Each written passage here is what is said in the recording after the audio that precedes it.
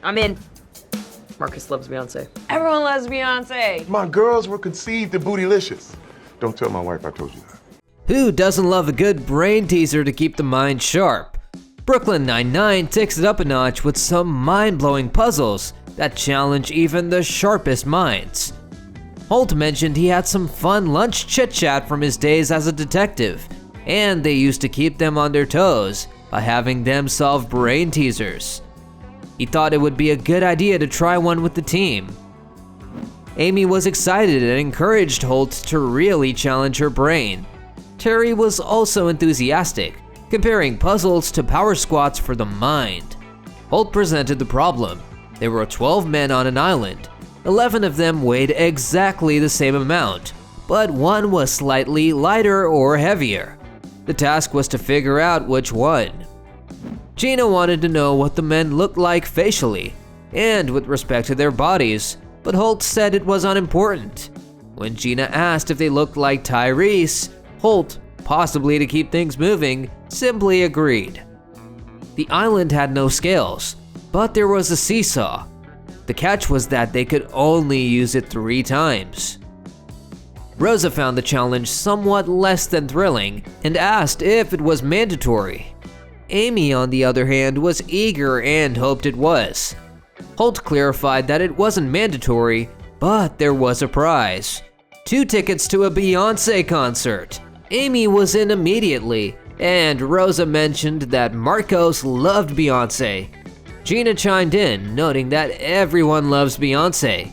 Terry shared a personal tidbit about his girls being conceived to bootylicious. Amy confidently stated that the competition would come down to her and Sarge. Rosa was taken aback and questioned if Amy thought they were the only ones capable of solving puzzles. Hitchcock also tried to assert himself, but Rosa shut him down, asking if he wanted to die. Amy explained that she and Terry were really into puzzles, reminding them of their Sudoku cruise where she never even went on deck. Rosa bet $100 that she and Gina could solve it before Amy and Terry. Terry accepted the deal, and Hitchcock once again tried to join in. You're going down. Really not a part of this, Hitchcock. Later, Rosa and Gina were determined not to let Amy and Sarge beat them. Rosa attempted a solution, suggesting using the seesaw to press down on their necks until the guilty party confessed. Holt found the suggestion incorrect and disturbing. Amy and Terry then arrived with their solution. They suggested weighing 6 men against the other 6, but Holt immediately dismissed it, saying it would never work. Gina took the opportunity to capture a photo of Amy's exact moment of realization that she had failed, saying they all got something out of it. Holt, seemingly disappointed, asked if the problem was beyond all of them, to which Amy admitted that no one was more disappointed in her than herself. Holt corrected her grammar, emphasizing, "Than I, Santiago." Believe me, no one is more disappointed in me than me. Then I, Santiago. Rosa and Gina returned later, claiming they had figured out the brain teaser. Amy doubted them, but Holt allowed Rosa to present their solution. Rosa boldly declared they had no idea, which Amy smugly pointed out. However, Rosa turned the tables, suggesting that Holt didn't know the solution either. Gina backed her up, explaining that she had made clever t-shirts from the photo she took of Amy's failure, captioned with #nerdfail. Rosa observed that Holt's expression in the photo was the same as Amy's, because both were devastated by letting down their mentors. Gina mentioned checking Holt's calendar and noting that he had breakfast planned with his old CEO, Jim Martin. Rosa concluded that Holt wanted them to solve the problem before his meeting. Amy found this hard to believe, but Holt admitted Rosa was right. He confessed that Jim Martin had posed the problem to him 20 years ago, and every time they met, he was asked if he had the answer yet. Holt lamented that the Islanders and their seesaw haunted his dreams, mocking him with their teeter-totter of taunts. Holt asked Rosa and Santiago to help settle a disagreement between him and Kevin. Kevin clarified it wasn't just a disagreement, but a full-blown argument. Holt remarked that it had now become a public scene. Rosa tried to opt out, saying they didn't want to get involved in their personal life, but Holt insisted it was a maths problem. Kevin explained that he and Holt had dinner together for the first time in 2 weeks, thanks to the night shift. However, Kevin thought it would be fun to spoil their date with a maths problem, which Holt was convinced Kevin had answered incorrectly. Amy was eager to dive into the numbers, so Holt presented the Monty Hall problem. Kevin and Holt both began explaining it. There are 3 doors, behind one of which is a car. You pick a door, and the host, who knows where the car is, opens another door, showing it has nothing behind it. Then, the host asks if you want to switch to the remaining unopened door. Holt said it made sense to switch because the chance is 50-50. Kevin countered that switching gives a 2 out of 3 chance, while not switching leaves you with a 1 out of 3 chance. They had debated this 8 times, but Holt corrected Kevin, saying it had been 7 times and criticizing his math skills. Amy sided with Kevin, which led Holt to jokingly fire her. We've been over this 8 times. 7 times. Now you can't even do simple addition.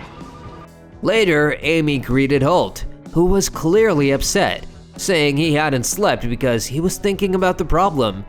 He now understood Kevin's side better, but felt more certain Kevin was wrong. A flashback showed their escalating argument about the level of statistics they need to teach each other. Holt, frustrated, left to leave a voicemail about kindergarten statistics. Amy suggested they needed to explain the problem to Holt to save his relationship with Kevin. Rosa thought it wasn't about the maths, but about the lack of time spent together due to the night shift. Amy, ignoring the suggestion, decided to teach Holt the maths. Amy pretended to lose her ring and asked Holt to pick one of 3 doors where it might be. Holt saw through the ruse, frustrated that Monty Hall was invading both his home and work life. Rosa bluntly told Holt that the night shift was the real issue keeping him and Kevin apart, saying they just needed to spend time together. Holt was outraged by Rosa's choice of words and scolded her. Amy told Holt she had contacted a maths professor about the Monty Hall problem, but Holt said it was no longer needed.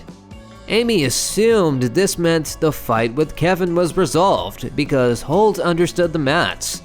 Holt clarified that the argument was indeed over, but not because he understood the maths. Rosa pointed out that the real issue was resolved because Holt and Kevin had spent, let's say, some time together. Holt entered the room and asked Gina where everyone was.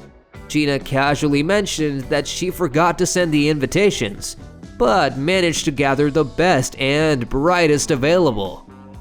Holt looked around and muttered, "Oh dear God." Just then, Hitchcock and Scully showed up late, explaining they had trouble with the door because it was a push, not a pull. Suddenly, the room's shutter closed, and an anonymous voice announced they had 3 hours to find 4 keys to prevent an apocalypse and escape the room. The timer started. Hitchcock picked up a walkie-talkie and said they had 3 questions. Holt quickly snatched it back when Hitchcock asked how they could get out of the room, and the voice on the walkie-talkie said they couldn't tell them. Holt apologized and asked if they could have their questions back, but the voice firmly denied them. Holt believed he had found the first key. Sorry about that. Can we please have our questions back? No, and that's 3. You're done. Oh, Captain, how could you? Gina excitedly suggested opening the door, but Holt reminded her that they needed 4 keys. He expressed frustration that half their time was spent finding the first key because he had to do it alone, calling everyone else useless. Gina, half-heartedly apologizing, explained that she had been busy trying to figure out how one man could chew so loudly with just one mouth. Scully sheepishly apologized. Holt then asked Hitchcock to stop kicking things for a minute. Hitchcock complained about the TV, which required 4 turns to change the channel. Holt quickly calculated and tried turning the TV to 22, 1881, and 17, which he explained were coordinates for the Bay of Pigs. A key popped out. Hitchcock, thinking Holt had broken the TV, was corrected when Holt revealed he had found another key. Holt then recapped that one key was in a night, and the basketball teams were the Mustangs and Stallions, leaving them with 2 more keys to find. Holt asked what in the room was speaking to them. Gina said she was intrigued by the phone and thought it would be fun to use it to gossip with friends. Holt found this interesting and suspected the dial tone was Morse code. Scully mentioned that he knew Morse code because his dad was a prisoner of war in Korea. Gina impatiently told him to decode the message. Scully quickly worked out that the message was a phone number and another key popped out. As they placed all the keys in their slots, Gina counted down, the shutter opened, and Holt congratulated the team, noting they did it together because they were a team. Hitchcock, feeling a sense of accomplishment, asked if they could do it again next week. Holt's response was a flat, "No, I would hate that." Should we do it again next week, sir? No, I would hate that. Did you find yourself solving the puzzles faster than the squad? Share your thoughts and solutions in the comments below. And don't forget to like, share, and subscribe.